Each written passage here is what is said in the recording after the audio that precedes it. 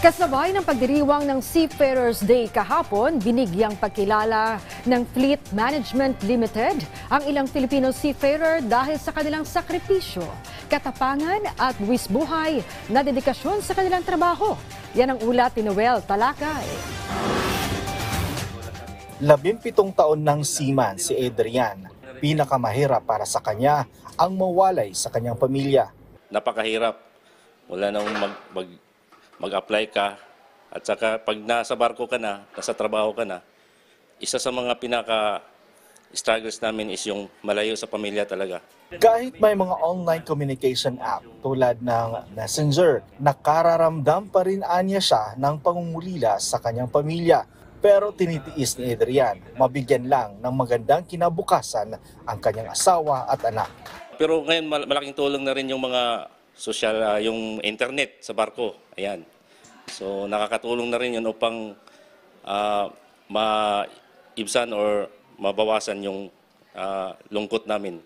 Isa lang si Adrian sa 30 seafarers na binigyan ng pagkilala ng Fleet Management Limited sa kanilang sakripisyo, katapangan, buwis buhay at di matatawarang dedikasyon sa pagtatrabaho bilang seaman. Bahagi ito ng pagdiriwang ng nasabing manning agency ng Seafarers Day tuwing June 25. Idiniklara ng International Maritime Organization ng United Nations.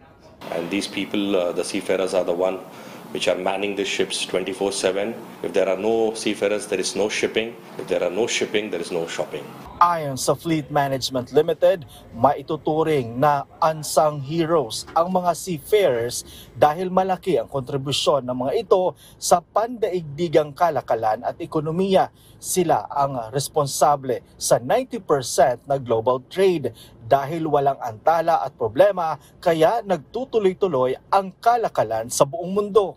Para sa akin, masaya at nabigyan kami ng pagkilala sa kontribusyon sa ekonomiya natin. Tema ngayong taon sa pagdiriwang ang Safety Tips at Sea, bagay na matagal nang ipinatutupad ng Fleet Management Limited simula sa pag-a-apply hanggang sa matapos ang kontrata ng kanilang mga seafarers.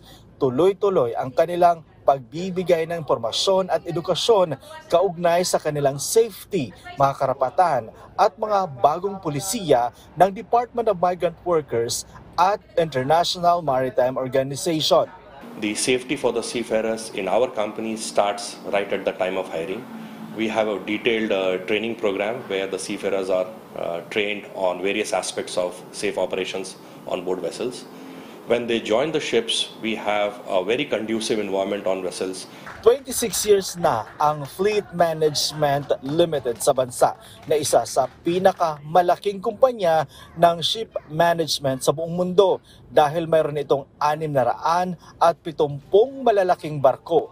Bukod sa Pilipinas, may opisina rin sila sa Mumbai, India at China. Filipino seafarers are one of the most professionally well-equipped, well-trained seafarers. They are known for their hard work, they are known for their resilience, they are known for their professionalism. Dito sa bansa, nasa mahigit 3,000 seafarers ang average na dinideploy ng kumpanya kada taon. Subok na anya nila ang kakayahan ng mga Pinoy at kilala sila sa pagiging profesional, masipag at matiyaga sa trabaho. Noel Talakay para sa Pambansang TV sa Bagong Pilipinas.